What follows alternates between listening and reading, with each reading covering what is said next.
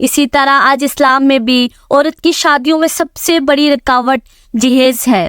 غریب آدمی کی بیٹی بیٹھی بیٹھی بوڑھی ہو گئی کہ جہیز کا کوئی بندوبست نہ ہو سکا۔ اسی طرح اگر کوئی شخص یہ کہے کہ میں بہن کا وراثتی حصہ تو نہیں دے سکتا، البتہ جب اس کی شادی کا وقت ہوگا تو جہیز دے دوں گا، لہٰذا فرمایا گیا بہنوں کو بروقت حصہ دے دینے والے کی روح موت کے وقت آسانی سے نکلتی ہے۔ ایک عورت کا بھائی جب فوت ہوا تو اس عورت نے بہت اصرار کیا کہ مجھے بھی قبرستان میں لے چلو، میں بھی اپنے بھائی کی قبر پہ جانا چاہتی ہوں۔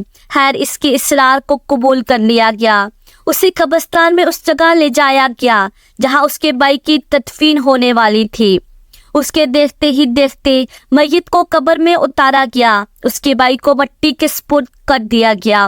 جب دعا کی باری آئی تمام عزیز و اقارب کے سامنے اس روتی ہوئی بہن نے آسمان کی جانب اپنے ہاتھ اٹھائے اور آسمان کی جانب دیکھا، اس کا دل رو رہا ہے، آنکھیں چھم چھم برس رہی ہیں۔ اس نے ایک ایسی دعا کی کہ لوگوں کے مردہ ضمیر کو جگا دیا۔ روتی ہوئی بہن نے آسمان کی جانب دیکھ کر فریاد کی، اے میرے مالک، اے انصاف کرنے والے، آج میرا بھی انصاف کر دے۔ رو رو کر کہنے لگی، میرے مالک تم میرے اس ظالم بھائی کو اپنی رحمت سے دور ایسے رکھنا جیسے اس نے میرے والدین کی وراثت سے مجھے دور رکھا۔ میرے بچے بھوک سے بلکتے رہے لیکن اس ظالم کو میرے بچوں پر ذرا بھی ترس نہ آیا۔ میں اپنے بچوں کو حرام جانور کا گوشت کھلانے پر مجبور ہوئی۔ میرے بچوں نے بڑی ہی غربت کی زندگی گزاری، جبکہ میرے اس ظالم بھائی کو کبھی بھی حیا نہ آئی، کبھی بھی رحم نہ آیا کہ میں اپنی بہنوں کی وراثت کا جو ان کا حق ہے اسے ادا کروں۔ اے میرے مالک تو آج انصاف کر دے، جس طرح سے اس نے میری وراثت کے حق سے مجھے دور رکھا اسی طرح تو اسے اپنی رحمت سے دور کر دے۔ تو محترم ناظرین، صرف ایک لمحے کے لیے دل پر ہاتھ رکھ کے یہ سوچیں کہ جب تم اپنی بہنوں کو ان کے وراثت کا حق ادا نہیں کرو گے تو کیا تمہاری بہنیں تمہارے لیے مغفرت کی دعا کریں گی یا جہنم کی دعا کریں گی؟ بہن کے لیے ظالم بن کے مرو گے یا مظلوم بن کے؟ ناظرین، بہن کا حق کھانا ایسے ہے جیسے خنزیر کا گوشت کھانا۔ دوسرا وہ شخص جس کی روح مرتے وقت بڑی ہی آسانی سے نکلے گی، فرمایا کثرت سے صدقہ کرنے والا شخص، یعنی ایسا شخص جو اللہ اور رسول صلی اللہ علیہ وسلم کی رضا کے لیے اپنے مال و دولت میں سے یوں صدقہ کرتا ہو کہ جب وہ اپنے ایک ہاتھ سے کسی کو دیتا ہے تو دوسرے ہاتھ کو پتہ بھی نہ چلے۔ یعنی دوسرا انسان وہ ہے جو کثرت سے صدقہ کرے تو اس کی موت کے وقت اس کی روح آسانی سے نکلے گی اور جان کنی کا عمل اس کے لیے تکلیف دہ نہیں ہوگا۔ نمبر 3، ایسا انسان جو اپنی فیملی سے اچھا سلوک کرنے والا ہو، یعنی اپنے ماں باپ، بیوی بچوں اور بہن بھائیوں سے نرم دلی کا رویہ رکھنے والا ہو، اپنی بیوی بچوں سے پیار کرنے والا ہے، حلال کا لقمہ کما کر اپنی بیوی بچوں کی کفالت کرنے والا ہے۔ بزرگان دین فرماتے ہیں کہ جب رزق تنگ ہونے لگے تو دسترخوان کو وسیع کر لیا کرو، یعنی اپنے بیوی بچوں پر خرچ کرنا بھی صدقہ ہے، انہیں کھلانا پلانا صدقہ ہے۔ لہٰذا ایسا شخص جو اپنی فیملی پر خرچ کرتا ہے، ان سے حسن سلوک کرتا ہے، تو جب وہ دنیا سے رخصت ہوگا اس کی روح نکلنے میں آسانی ہوگی، اسے کوئی تکلیف نہ ہوگی۔ اس طرح حضرت عثمان غنی رضی اللہ تعالیٰ عنہ نے فرمایا، جو شخص یہ سوچ کر نماز ادا کرتا ہے کہ جو وہ نماز ادا کر رہا ہے وہ میرے نبی صلی اللہ علیہ وسلم کی آنکھوں کی ٹھنڈک ہے، نماز دین کا ستون ہے، نماز مومن کی معراج ہے، اسلام و کفر میں تفریق ہے، تو 5 وقت کا نمازی موت کے وقت کسی قسم کی سختی میں مبتلا نہ ہوگا۔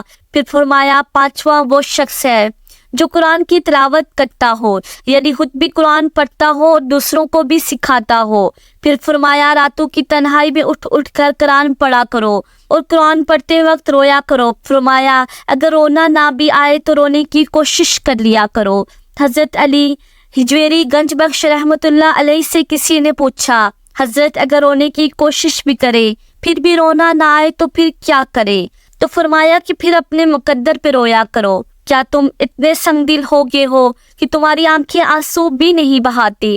حضرت عائشہ صدیقہ رضی اللہ تعالیٰ عنہا کہتی ہیں، جب سے انہوں نے اللہ کے رسول صلی اللہ علیہ وسلم کو موت کے وقت درپیش سختی کا منظر دیکھا ہے، تب سے کسی کی آسان موت پر خوش نہیں ہوتی اور آسان موت نصیب ہونے کی تمنا بھی نہیں کرتی۔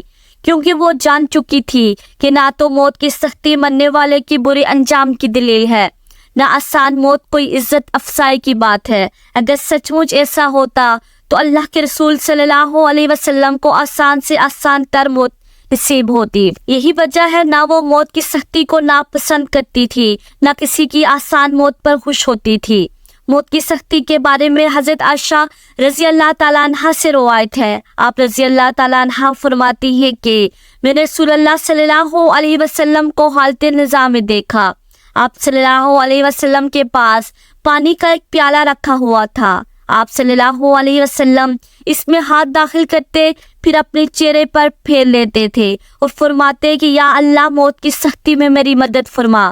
مختلف احادیث مبارکہ سے معلوم ہوتا ہے کہ مومن کی روح بہت آسانی سے نکلتی ہے اور روح کے نکلتے ہی اس کے لیے خوشخبریاں شروع ہو جاتی ہیں، جبکہ کافر کے بارے میں آتا ہے کہ اس کی روح انتہائی سختی کے ساتھ قبض کر لی جاتی ہے اور اسی وقت سے ہی اس کے برے احوال شروع ہو جاتے ہیں۔ البتہ متعدد حدیث مبارکہ میں بھی مذکورہ ہے کہ اللہ تعالیٰ نے موت کے اندر ایک ایسی شدت اور سختی رکھی ہے کہ اس کا احساس دنیا سے جانے والے ہر شخص کو ہوتا ہے، خواہ وہ نیک مسلمان ہو یا بد ہو یا کافر ہو، لیکن مومن پر جو تکلیف آتی ہے وہ اس کے گناہوں کی معافی اور درجات کی بلندی کے لیے ہوتی ہے، جبکہ کافر پر تکلیف اس کی بدعمالیوں کی سزا کے طور پر آتی ہے۔